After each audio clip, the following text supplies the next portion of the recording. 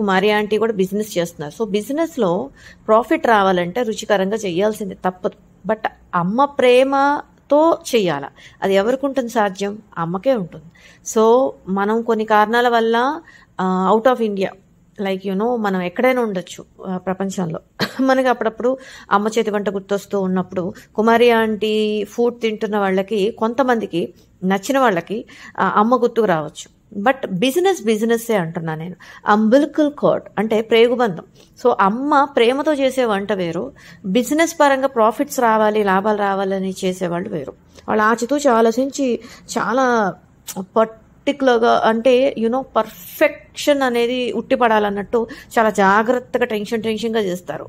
But అమ్మ ఏ tension లేకుండా ప్రేమతో ఈజీగా పర్ఫెక్ట్గా చేసేస్తుంది. So that's the impact of umbilical cord. So ప్రేగుబంధమే తల్లి ప్రేమ కుమారి ఆంటీ. సో వెలకట్టలేని ప్రేమ ముందు కుమారి ఆంటీ కానీ ఏ బిజినెస్ అయినా సరే రుచికరమైన ఆహారం ఇస్తున్నారంటే కంపారిటివ్లీ అమ్మ ప్రేమతో చేస్తుంది కాబట్టి మనకి రుచికరంగా అనిపిస్తుంది. ఎందుకంటే ప్రేమ is very important. Love, care, affection అది మనకి చుట్టాల నుంచి రావచ్చు, ఫ్రెండ్స్ నుంచి రావచ్చు, మన అమ్మా నాన్నల నుంచి రావచ్చు.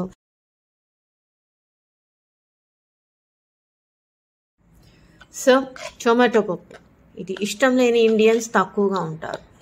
100లో 90 మందికి ఇష్టమే ఉంటుంది టొమాటో పప్పు. వేడివేడి అన్నంలో నెయ్యి, ఆవకాయ ఎట్లానో ఇష్టపడతాము, టొమాటో పప్పు కూడా అంతే ఇష్టపడతాం. బంగాళదుంప వేపుడు కూడా, అండ్ పాలకూర పప్పు కూడా బాగుంటుందిలేండి.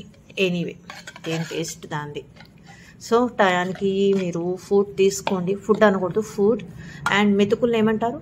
మోసల్, MORSEL, సైలెంట్ మోసల్. ఇక రుచికరంగా స్క్రంషస్, ఓకేనా? సో చాలా చాలా పదాలు నేర్చుకోవాల్సినవి ఉంటాయి, సిచ్యువేషనల్ వర్డ్స్ ఉంటాయి, వంటకు సంబంధించినవి కొన్ని ఉంటాయి. సో రోజు ఈ ఛానల్లో కొన్ని నేర్చుకుందరు, ఓకేనా?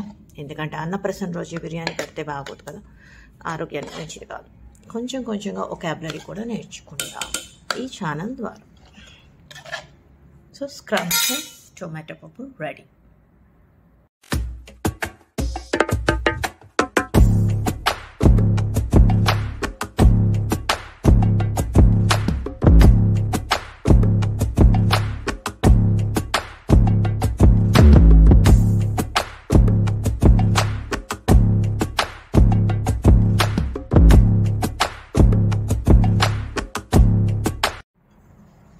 సో టొమాటో పప్పు అందరికీ ఇష్టమైన పప్పే.